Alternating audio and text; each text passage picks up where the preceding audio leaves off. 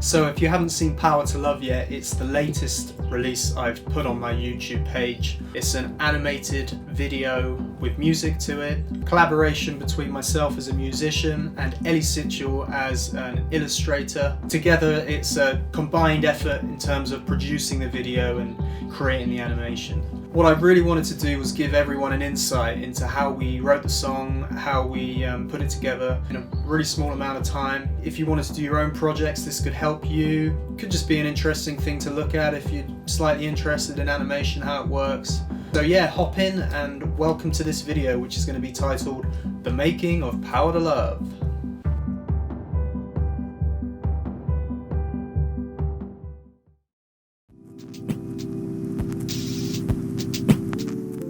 So it all really started because of this whole coronavirus stuff, basically. We ended up just sort of not being able to see each other during the whole lockdown thing. We still felt quite compelled to create something, to try and just send an uplifting message to people about this crisis.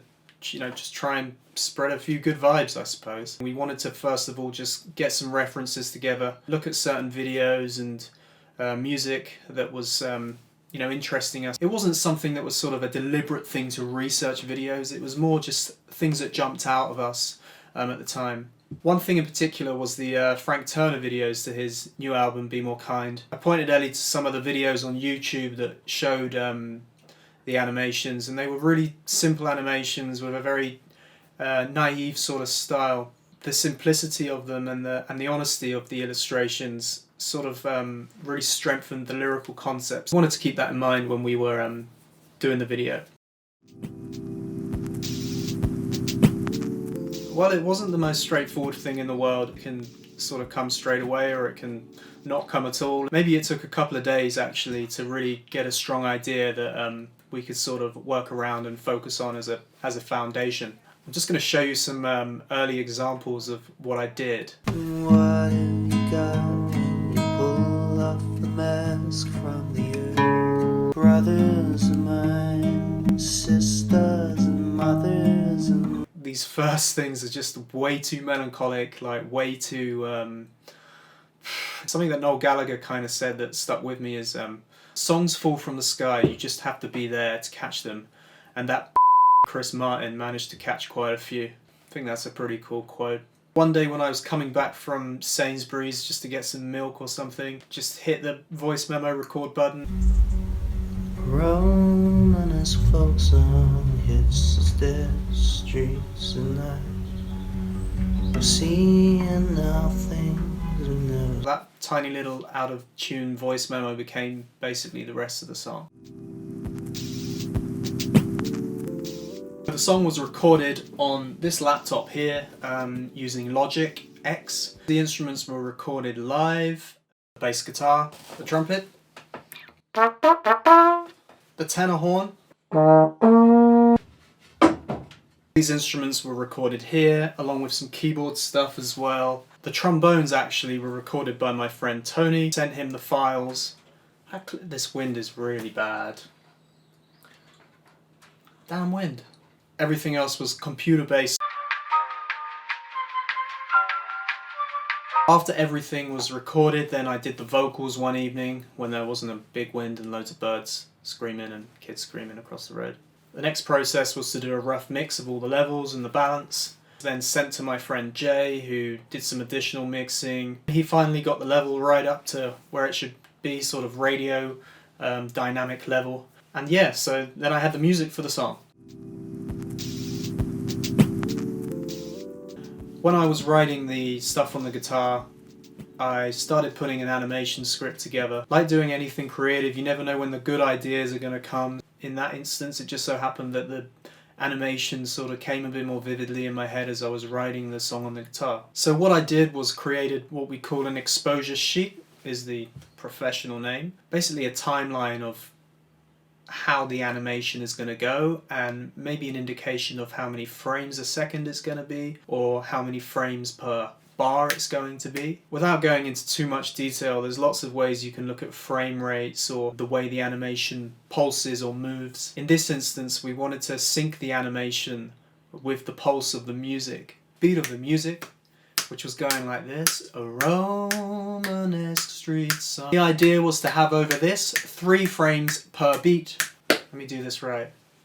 So every time my hand is clapping on my thigh, that is a frame of animation. And that's the kind of idea I had in my head. That's hurting me now. I found out there was 48 frames per line, and from that I came up with the ideas of what should be shown in each line or each frame. Lots of things were looped, some things were faded out, etc, etc.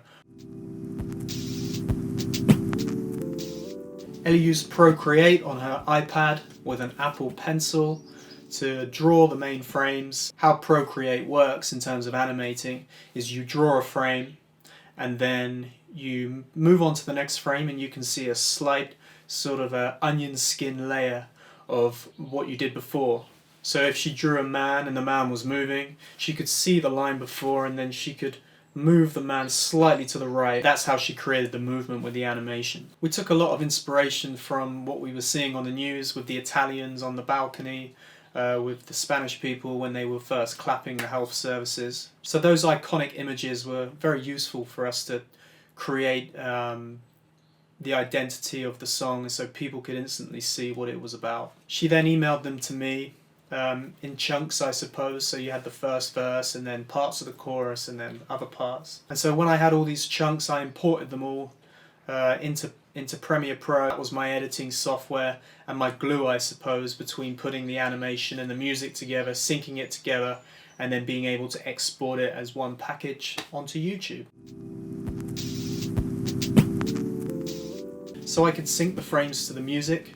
The first thing I did was to mark every single beat of the music. Played the music with the spacebar button and then just pressed M every single time the music pulsed or every time there was a beat. When I had all the beat markers set up, I then used the chunks of animation Ellie gave me, cut them up into their individual frames, and then changed the length so that each frame lasted 1/3 of a bar, because we were obviously going for 3 frames per bar. Lots of things were looped, copied and pasted. Then it was a kind of case of creating some nice effects and transitions that would just give it a bit more fluidity. So what we did is we found this paper texture, free YouTube download. I had a little mess around with the frame rate of that just to sort of make it work with the animation frames that Ellie drew, and layered that throughout the duration of the song.